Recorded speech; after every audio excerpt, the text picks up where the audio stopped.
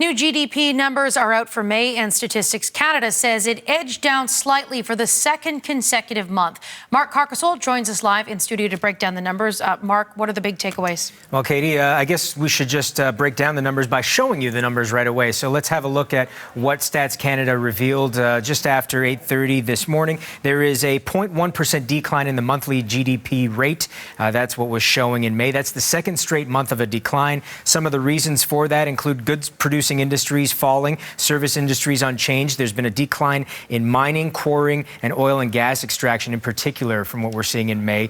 Oil production was affected by the wildfires that we saw in Alberta. That was a big part of this. U.S. tariffs continue to drag down manufacturing in May, though the sector increased over the numbers seen in April, still well below the numbers that were seen in March. And May also saw soft retail activity due to lower auto sales that reversed earlier gains seen in March and April because a lot of people were doing some buying trying to beat out those tariffs. So the market went really well. The economy went really well in those months leading up to May and then sort of tanked a little bit in May. This follows declines that we saw in April of 0.1%, a 0.2% decline in March as well.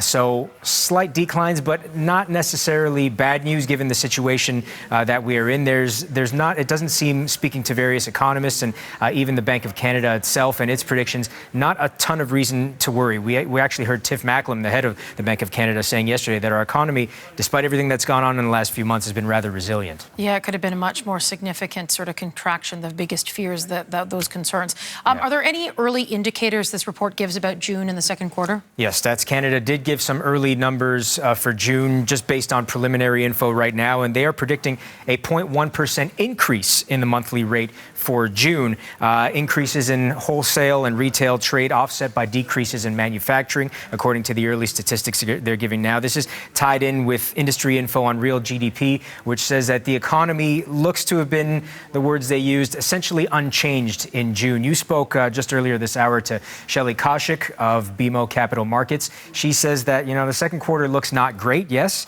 but not that bad either. Have a listen.